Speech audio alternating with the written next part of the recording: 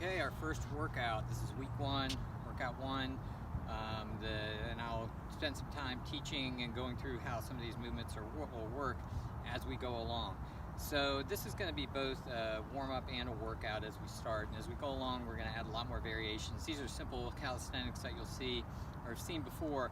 But as we go along, we'll add new twists and create as much variety in this as possible to try to keep it fresh and interesting. Okay, so first thing we're going to do is jumping jacks. So simple jacks. And if that hurts your knees or it's uncomfortable, we're going to do 10 of those. You can do a walking jack, forward and back. That's your alternative. And the other thing I'm going to do with these is give plenty of alternatives, whether you want to make it harder or easier in that. And so we're just going to do 10 of those. And we'll go 5. Now we go into 5 squats.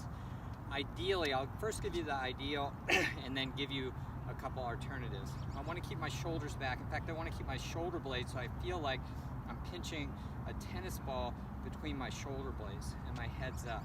I keep my hands under my chin. There's a lot of alternatives to do it. I just like that. It helps to remind me to keep my shoulders back and head up. Look at the corner of your room if you're in a room. And we're going to do 5 of those. And the simple alternative here, just go down as much as you're comfortable. See how my back is flat? If you're going down and you get to the point where you feel yourself hunching over, then that's as far as you need to go. This is fine. This is a process, and your body and mind are learning how to do this. So be patient with yourself. If you can only do a tiny squat, just do a tiny squat. Those are still squats, okay? Now, we're gonna go down to the ground, and we're gonna be on the ground quite a bit. And as we go along, we'll expand that quite a bit. So we wanna get you comfortable with the ground. So these are called spiders. And if you can hold a push-up position, you can do this. If you can't, we'll work on alternatives to it. But I'll give you the ideal here. We're gonna push up here, and my foot comes right beside my hand. And everything is gonna be on a straight line. Like I had straight lines going out, my fingers are pointing forward, my toes pointing forward, my head is up.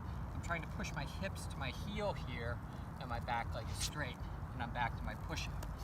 And I'm about 2 seconds or 3 seconds, whatever feels right, and down.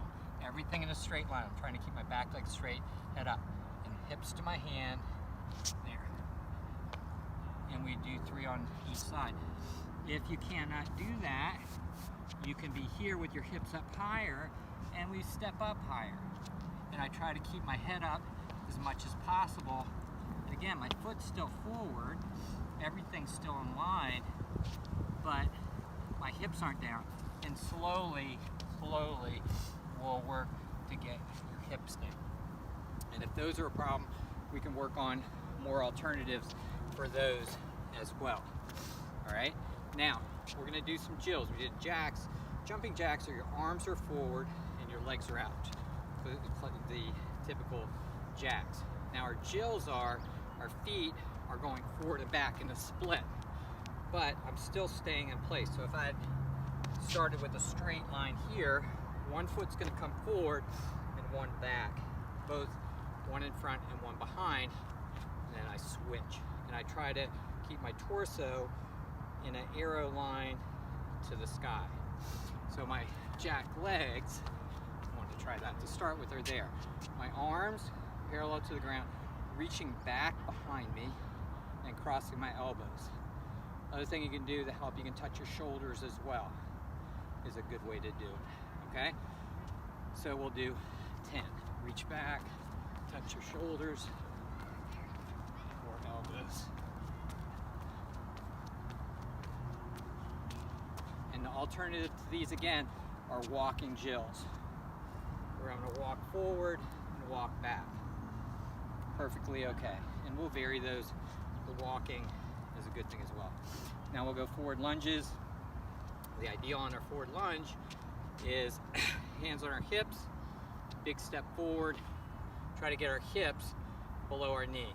That's our same teaching point on our squat, which I don't think I pointed out. Hips below my knees. I try to keep my back leg fairly straight. I don't know if it's exactly straight. It doesn't have to be perfect, but it's fairly straight. Now, The only modification we need to do on this is you step forward and just bring your hips forward as much as you can until you're comfortable. If that's your lunge, and that's perfectly fine. And as we go along, we will try to slowly drop that down. And sideways, you can see my torso is pretty upright. I don't want my shoulders forward, going forward. Same teaching point as the squat, that tennis ball between my shoulder blades, like I'm trying to hold a tennis ball in the shoulder blades. Now, we're gonna go back down on the ground, and we're gonna do a frog. And our frog is very much like a spider, but both legs are gonna come up. Still start in that push-up position. My feet jump out, fingers forward, toes pointing forward, and I jump back. Here, hips down, head up. I'm trying to push my hips into my hands. There, head up, back flat, sideways, jump here, okay? The alternative is just more gentle, and I'm gonna walk up to where I can. That might be our frog, but I'm still gonna sit my hips down and try to bring my head up. My hips I might be further back. Hips down, pushing back into my hips.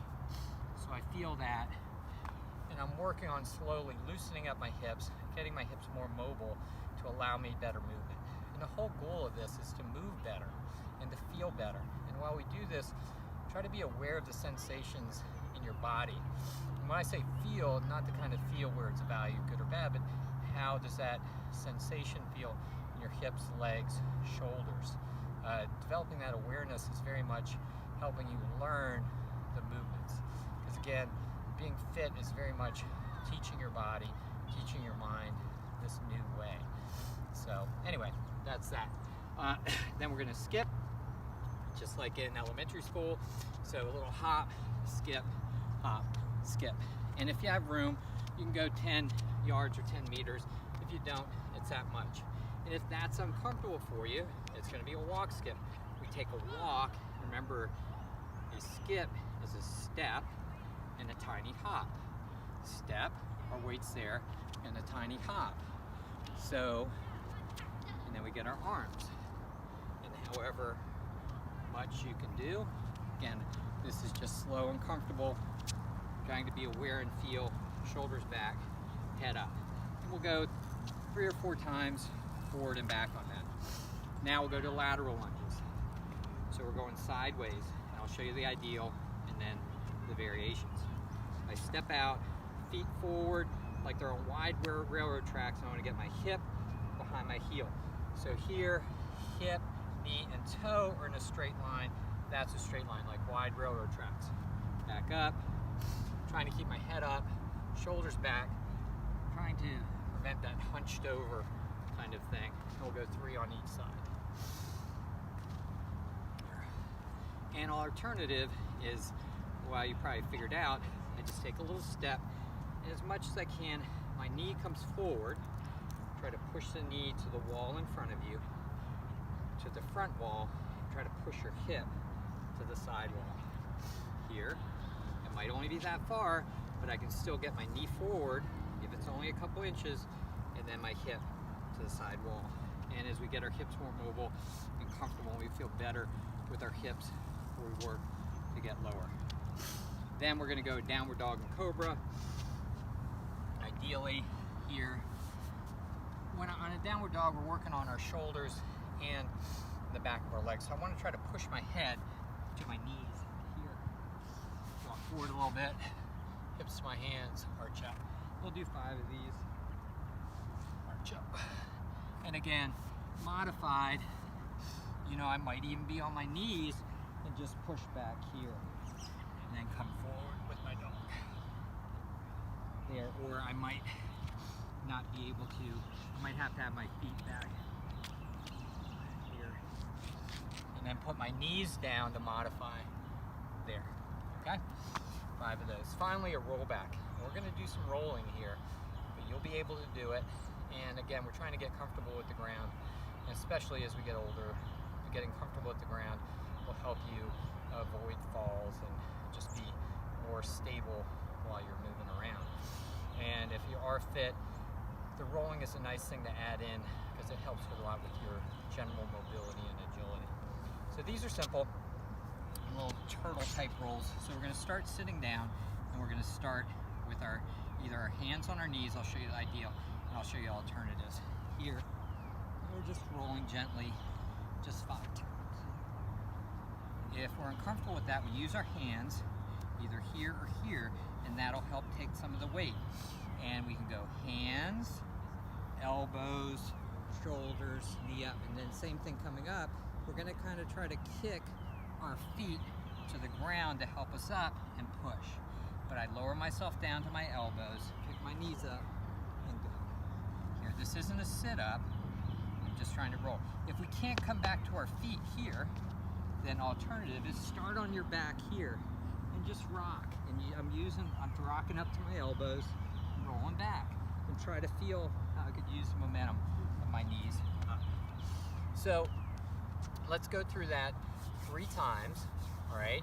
If you're more fit, we can use that more as a warm-up and working on mobility. I do a similar thing to this every day, and we vary it, and I'll vary the workouts and warm-ups as we go along. But there you go. Good job, and more to come.